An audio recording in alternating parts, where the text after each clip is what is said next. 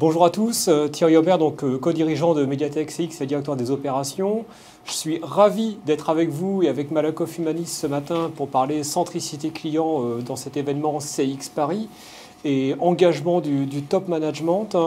Je vais dire quelques mots sur Mediatek CX pour partager avec vous où est-ce qu'en est Mediatek CX aujourd'hui.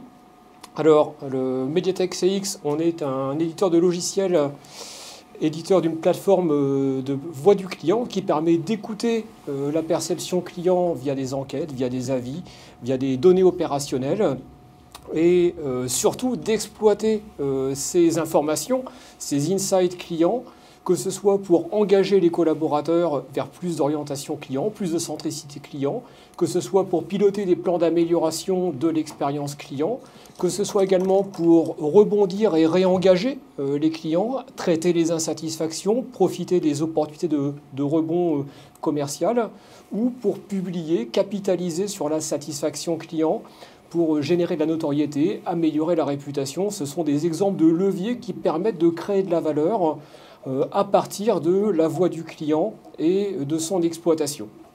Donc, nous travaillons pour une centaine de marques, grandes organisations, en France et à l'international. Et nous sommes extrêmement ravis de partager avec vous tous une nouvelle importante pour la société que je vais laisser Hervé Sebula annoncer et partager avec vous tous. Merci.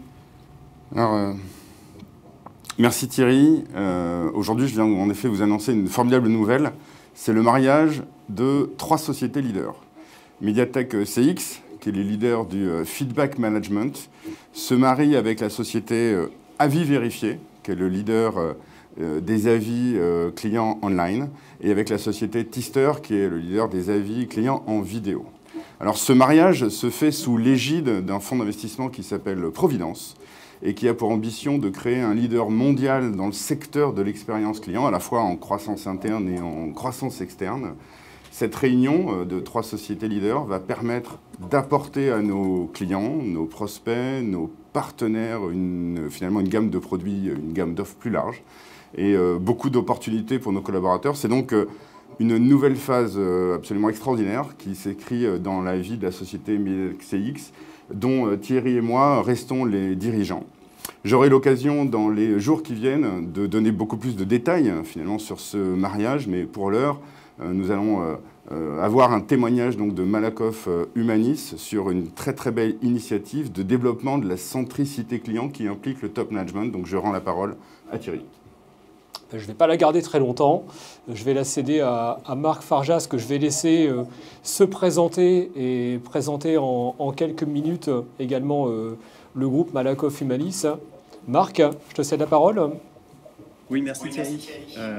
Bonjour à tous et merci de participer à cette session où effectivement on souhaitait vous présenter un exemple d'expérience centrée culture client chez Malakoff Humanis. Donc moi je suis Marc Farjas, je suis responsable de transformation et projet client chez Malakoff Humanis et donc j'ai en charge la mise en place du pilotage de l'amélioration des KPI de la satisfaction client et de projets qui permettent d'améliorer. Quelques mots d'abord peut-être sur Malakoff Humanis, pour ceux qui ne nous connaîtraient pas. On est présent sur 2 métiers, l'assurance et la retraite. Et côté assurance, on est numéro 1 en santé et en prévoyance collective.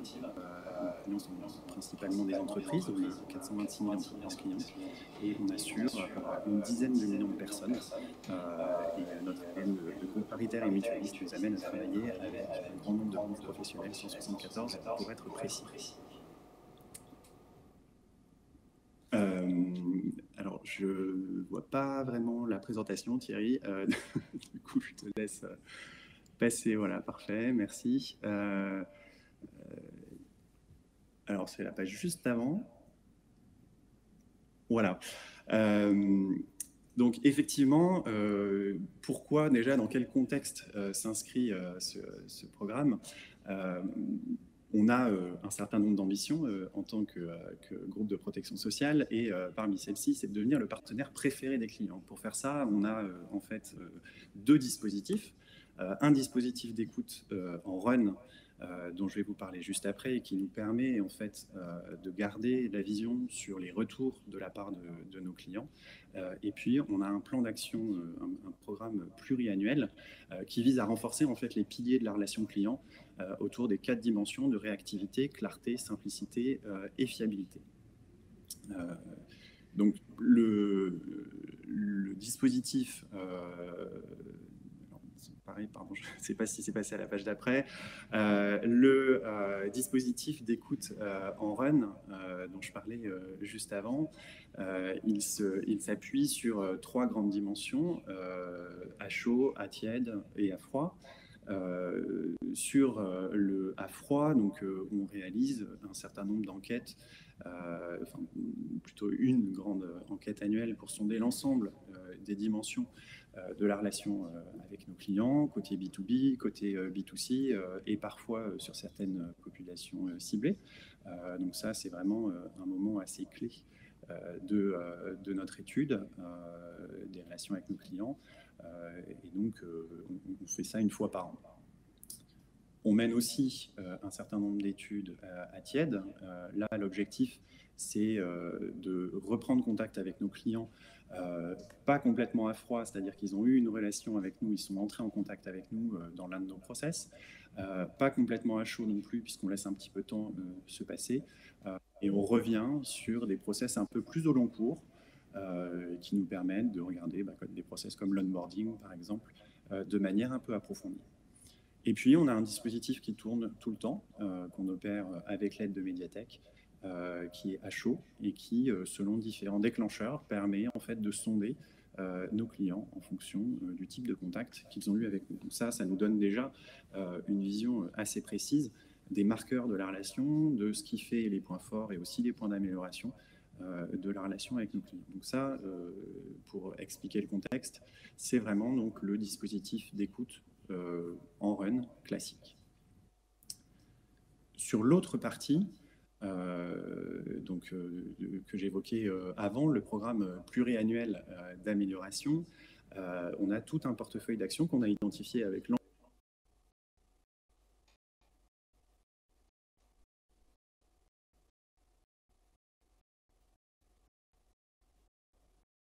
Vous parlez aujourd'hui, il y a effectivement le rappel de nos clients insatisfaits. Là-dedans, pourquoi on s'est dit que c'était une bonne idée d'aller au-devant de clients qui avaient manifesté une insatisfaction? En fait, il y a 3 objectifs qui sont poursuivis à travers cette action. D'abord, l'idée, c'est d'en savoir un peu plus sur les raisons de leur insatisfaction et aussi de leur donner du feedback. Bien souvent, les clients peuvent avoir l'impression que les retours qu'ils nous font ne sont pas lus, pas traités. Et l'idée, c'était de revenir vers eux pour leur témoigner en fait de l'écoute.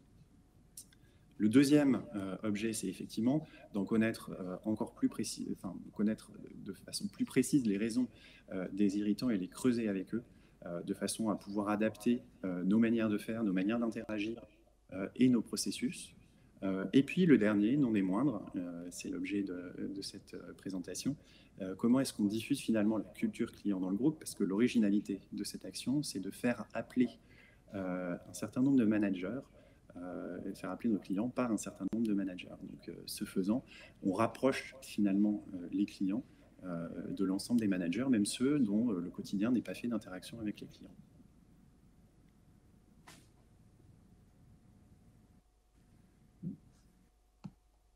Alors, je vous décrivais rapidement cette action. Comment est-ce qu'on reprend contact avec nos clients? Alors, pour préciser, c'est des clients entreprises, des clients B2B. Vous l'avez vu dans le dispositif d'enquête classique à chaud, on a une enquête à chaud qui tourne de manière quotidienne lorsque nos clients entreprises ont été en contact avec nous, soit avec nos centres de contact, par téléphone ou par mail ou par formulaire.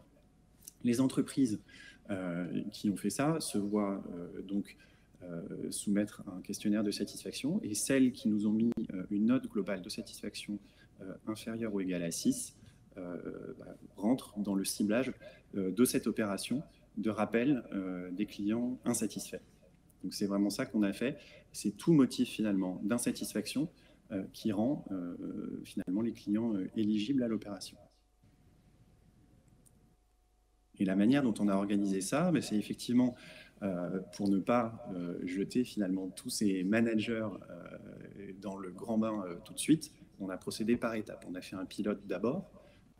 Pendant 2 semaines, on a utilisé des professionnels de la relation client, donc les conseillers de notre service relation client entreprise qui se sont fait passer pour des managers pour voir en fait quel était le retour des clients sur une telle opération. Il a été plutôt concluant.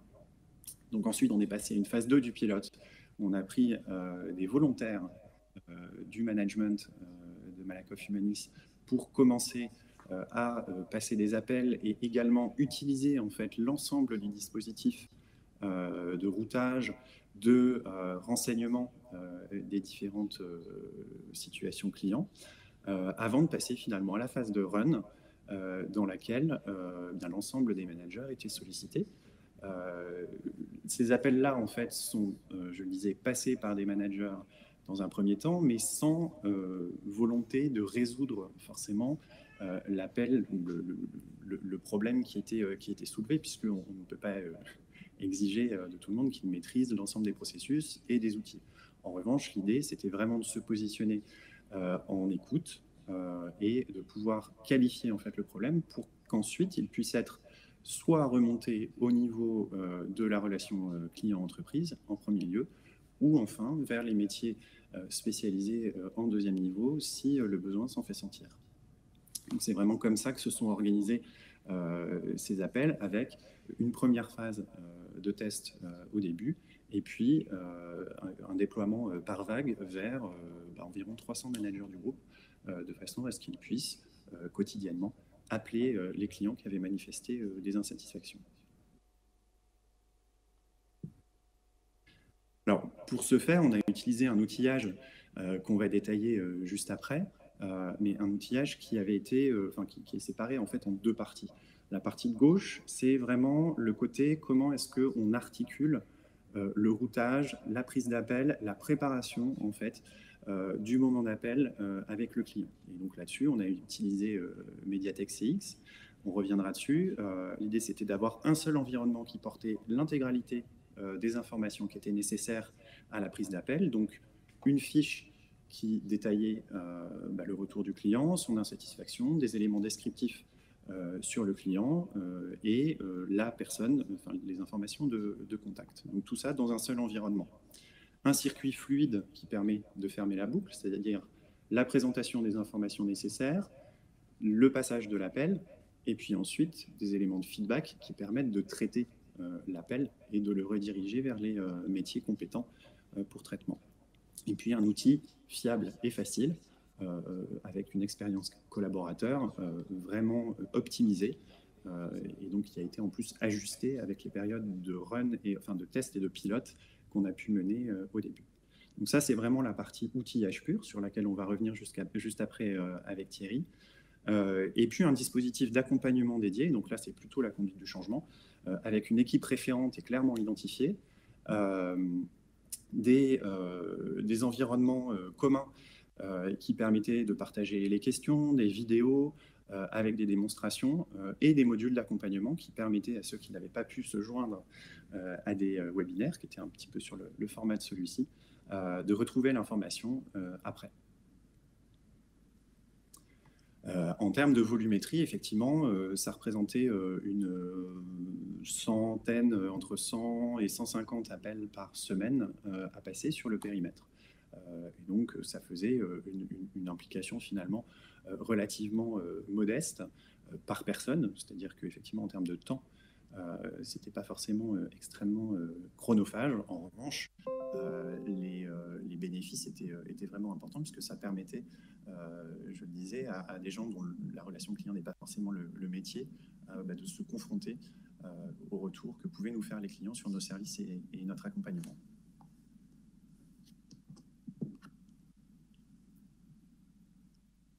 Alors, sur les pages d'après, on a souhaité vous présenter en fait des exemples d'écran pour que vous puissiez voir un petit peu mieux comment se déroulait la cinématique depuis finalement la manifestation de l'insatisfaction du client jusqu'à son identification parmi les clients éligibles et puis le traitement de l'appel. Donc là, ce que vous voyez à l'écran, c'est vraiment l'enquête telle qu'elle est administrée à un client une fois qu'il a contacté notre service relation client-entreprise ou qu'il a envoyé un mail. Donc on lui demande d'évaluer la qualité de l'échange et de se positionner sur des notes. Et donc tout ça, c'est effectivement opéré avec Mediatek CX. Thierry, je ne sais pas si tu veux compléter. Je vais reprendre la parole pour les quelques minutes qui suivent. Juste avant de rentrer dans l'explication de comment est-ce qu'on a mis en œuvre avec Malakoff Humanis ce dispositif, on serait extrêmement intéressé d'avoir votre avis sur aujourd'hui, parmi vous, est-ce que vous avez déjà mis en place une initiative du même type que celle que Malakoff Humanis a mis en place en matière de recontact des clients insatisfaits. Et donc la question que l'on va vous poser maintenant, c'est au sein de votre organisation, dans quelle mesure est-ce que vous avez déjà mis en place une initiative de recontact systématique des clients insatisfaits? Donc oui pour la grande majorité des insatisfactions, oui pour certaines. Non, pas encore, mais on prévoit de le faire. Non, pas encore, et on ne prévoit pas de le faire. Donc là, on va se donner encore quelques secondes. On est à 43% et un gros 35% de oui cumulés, on va dire. Donc près de 80% qui font déjà quelque chose, dont la moitié qui sont bien avancés en matière de périmètre des insatisfactions traitées. Et puis on a, je dirais, un gros 20%. Dont les 3/4 sont des acteurs qui ne sont pas encore, je dirais, en production ou avec des dispositifs en place, mais qui prévoient de s'y mettre dans les 12 prochains mois. Merci beaucoup. Donc, je reviens sur la dimension, cette fois, de mise en œuvre de ce dispositif de recontact des clients insatisfaits. Effectivement, l'écran que partageait Marc il y a un instant illustre de manière assez classique comment est-ce qu'on peut collecter du feedback client, que ce soit par email, par SMS, sur le web, je dirais, on peut tout imaginer. Et ce qui est important, c'est d'en faire quelque chose de ce feedback. Et ce que l'on a fait, ce que l'on a mis en place avec Malakoff Humanis, effectivement, c'est automatiquement la plateforme permet, sur la base d'un certain nombre de critères, ici le critère c'est la note de satisfaction, inférieure à 6, mais on pourrait imaginer, et on le fait sur d'autres cas de contact avec Malakoff Humanis, d'avoir des critères qui combinent la note, le contenu d'un commentaire, d'autres variables ou d'autres informations clients pour segmenter l'action de recontact qui est fait en fonction du contexte ou du profil client. Donc, à partir de ces listes d'actions de recontact qui sont automatiquement générées et affectées à la bonne équipe ou à la bonne personne, eh bien, les managers de Malakoff Humanis sont en mesure de choisir quelles sont les actions de rappel qu'eux vont souhaiter mettre en place. Donc, ils ont accès à une liste d'actions dans la plateforme. Ils ont un certain nombre d'informations. Alors, on a flouté certaines pour des raisons de confidentialité, mais ils ont un certain nombre d'informations qui leur permettent éventuellement de choisir le recontact pour lequel ils vont être à l'aise en matière d'écoute client, en matière de compréhension du problème. Très facilement, ils vont être ensuite guidés lors de ce recontact. L'idée n'est pas comme le disait Marc, de mettre en défaut ou de mettre en porte-à-faux ces managers, mais plutôt de les guider avec un guide d'entretien, un guide de rappel du client qui va leur permettre de recomprendre quelle était la cause profonde, l'irritant principal de ce client, d'identifier qu'est-ce qui peut être déclenché, soit de manière autonome, soit en faisant appel, je dirais, aux équipes de niveau 2 et de niveau 3 qu'évoquait Marc, pour, in fine, apporter une solution ou apporter, je dirais, une amélioration quant au traitement de l'insatisfaction qui avait été initialement exprimée par ce client. Alors, ce dispositif, on voit que la clé, c'est vraiment de de guider le management, qui n'est pas forcément coutumier de ces actions de relation client, à la fois de le guider avec l'outil, de le guider avec le dispositif d'accompagnement que Marc a évoqué, et puis ensuite il faut piloter ces opérations. Piloter ces opérations, chez Malakoff Humanis, ça a consisté à mettre en place 2 niveaux de pilotage. Le niveau que je qualifierais d'opérationnel, quels sont les volumes d'appels qui sont effectués, quels sont ceux qui restent à effectuer, où est-ce que l'on en est dans le progrès de ce travail qui est planifié. Ça, c'est le niveau opérationnel. Et le second niveau, c'est le pilotage de la perception client. Finalement, les clients qui ont été recontactés par des managers de Malakoff Humanis, quelle a été leur perception suite à cette démarche? Est-ce qu'ils l'ont appréciée? Pourquoi? Et donc, on a également collecté un certain nombre de feedbacks suite à la démarche elle-même pour pouvoir continuer à l'améliorer de manière continue. Je te recède la parole, Marc, parce que c'est intéressant de débriefer du feedback qui a été apporté par ces clients suite à la démarche. Oui, effectivement, merci Thierry. Les retours, comme tu le disais, on les a pilotés assez finement, hein, donc sur le niveau, sur le plan opérationnel déjà, pour s'assurer que tout marchait bien, qu'il y avait un vrai suivi des différentes demandes et aussi quel était le retour des clients. Ce qu'on a vu, c'est que les clients qui ont été contactés ont beaucoup apprécié la démarche et l'ont dit.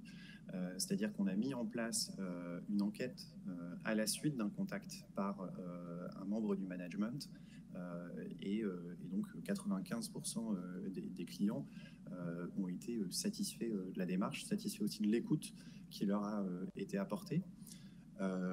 Et côté collaborateur, donc le miroir, effectivement, l'ensemble aussi des managers s'est montré satisfait de la mise en place de cette opération, de l'ouverture que ça donnait sur l'univers, on va dire, de la relation client et aussi sur la facilité en fait du dispositif à l'usage.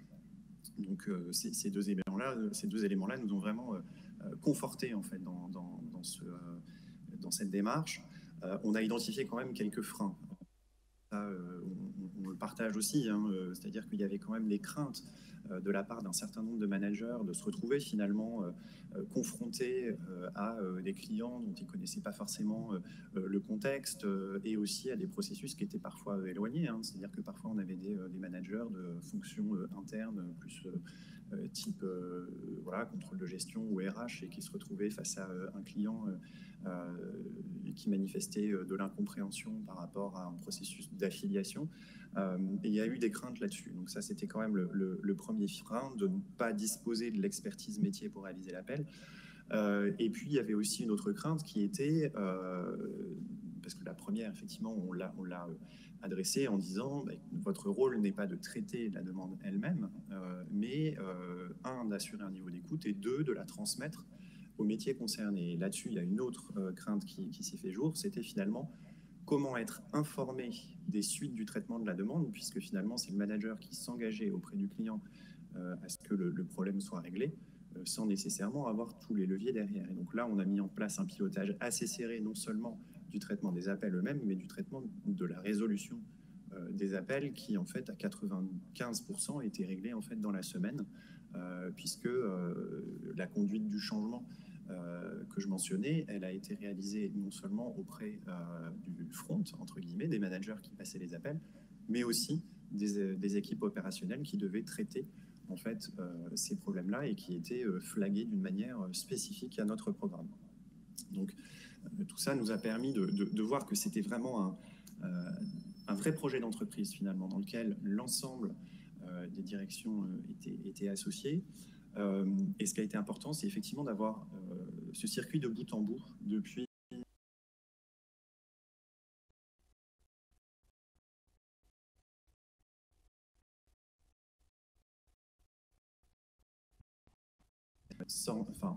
valoriser, capitaliser sur les retours pour améliorer les processus, ça a été fait évidemment.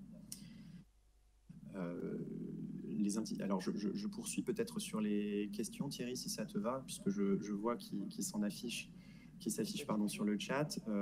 Juste avant, Marc, de prendre une question, on va peut-être poser un second sondage à l'audience.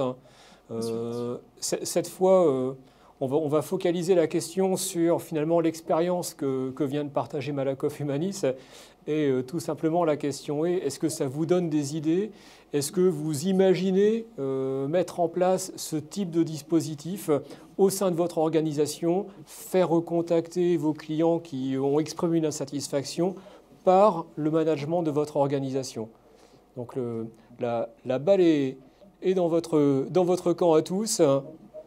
Donc oui pour enchanter nos clients, oui pour développer l'orientation client au sein du management. Non, ce serait trop difficile à mettre en place chez nous. Non, ce n'est pas pertinent. Donc ce qui est intéressant, c'est qu'on voit à développer l'orientation client au sein de l'organisation et à tous les niveaux, y compris au niveau du top management de votre société. On ferme ce sujet. Merci à tous pour votre participation. Et effectivement, je crois qu'il y avait quelques questions auxquelles on va pouvoir, probablement Marc, y répondre. Il nous reste quelques minutes pour en prendre quelques-unes. Oui, tout à fait. Alors, je vais prendre dans l'ordre. Vous engagez-vous lors de l'appel à solutionner l'irritant sous 48 heures? Alors, la réponse est non. La réponse est non, parce que parfois les problèmes soulevés sont multifactoriels et complexes, nécessitent l'intervention de plusieurs personnes. En revanche, on s'engage à rediriger effectivement l'appel vers les personnes en charge et à suivre la résolution du problème. Donc, pas forcément sous 48 heures, mais il y a quand même une forme d'engagement. Et en ça, effectivement, on est aidé par l'outil Mediatek CX, puisque ça nous permet de pister en fait la fraîcheur de la fiche considérée, donc de rentrer dans un pilotage du temps relativement fin, et donc de faire des relances ciblées si jamais la résolution n'avance pas aussi vite que ce qu'on pensait. Une deuxième question que je vois sur comment avez-vous réussi à embarquer les managers dans le test? Alors effectivement, ça n'a pas été simple, parce qu'en plus on est une organisation relativement importante, hein, je ne l'ai pas précisé, mais on a 10 000 collaborateurs, et donc les managers qu'on devait embarquer étaient plusieurs centaines sur beaucoup de sites en France. Donc on a embarqué les managers avec des outils de travail à distance. On travaille avec Teams et on a mixé en fait différents leviers, des leviers en push avec des webinaires, avec des moments de rendez-vous qui étaient planifiés, avec des explications pédagogiques, avec du pull aussi pour les gens qui ne pouvaient pas se déplacer, en fait un endroit précis avec des modes opératoires, un accompagnement personnalisé pour ceux qui le souhaitaient, et puis après des recettes un peu plus classiques de nudge management avec des sortes de compétitions, avec des communications régulières pour savoir qui avait passé le plus d'appels, de façon à pouvoir avoir une approche progressive dans l'embarquement des managers. Et en ça, effectivement, on a bien été aidé par finalement toute cette cinématique et toutes les fiches en fait qui étaient à disposition et qui apportaient beaucoup d'informations sur les cas clients. Et donc on a dû effectivement interfacer nos systèmes avec Mediatek CX de façon à pouvoir remonter les informations pertinentes, à la fois sur le contact bien sûr, mais aussi sur la nature en fait du problème.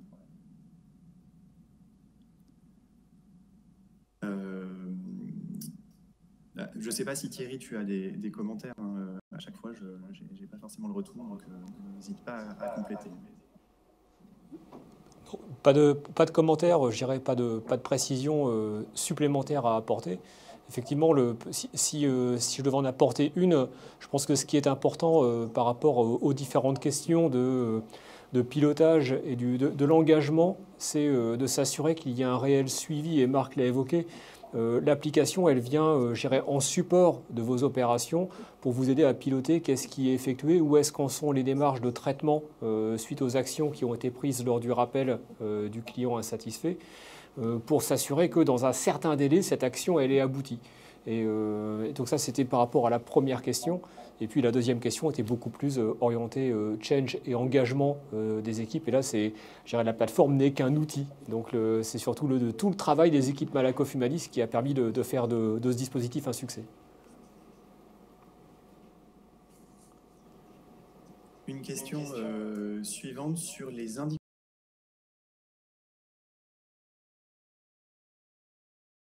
du temps limité. L'idée, c'était de faire en sorte que les clients puissent être appelés rapidement après la manifestation de leur insatisfaction. Et au bout de 3 jours, en fait, les fiches sortaient. On comptait aussi sur un effet de surprise positif du client qui remplit une enquête peut-être en se disant que ça ne sert pas forcément à grand-chose et qui, même dans les 5 minutes qui suivent, puisque c'est techniquement possible, reçoit un coup de fil d'un senior manager de Malakoff Humanis pour lui poser des questions sur ce qu'il vient de dire. Donc, le premier indicateur, c'était effectivement combien de clients étaient rappelés sur les clients éligibles, et puis ensuite le temps de traitement et le taux de traitement de bout en bout des irritants qui étaient signalés. Et évidemment, pour valider la poursuite de cette approche, c'était aussi la satisfaction tant côté client que côté collaborateur, de vérifier que tout ça permettait vraiment d'améliorer l'image auprès de nos clients et de résoudre concrètement les problèmes qui s'étaient posés. Bien, on me fait signe qu'il va falloir qu'on rende l'antenne pour ce témoignage. Merci Marc pour ce partage. Merci à tous pour l'intérêt que vous avez porté à ce témoignage et pour vos questions. Très belle suite d'événements à vous tous. Merci beaucoup. Merci à tous et bonne journée. C'était Marc Farjas, responsable de transformation et culture client à la direction de l'expérience client chez Malakoff Humanis, accompagné de Thierry Aubert, directeur des opérations chez Mediatek CX, et Hervé Sebula, CEO de Mediatek CX pour CX Paris by Relations Client Magazine.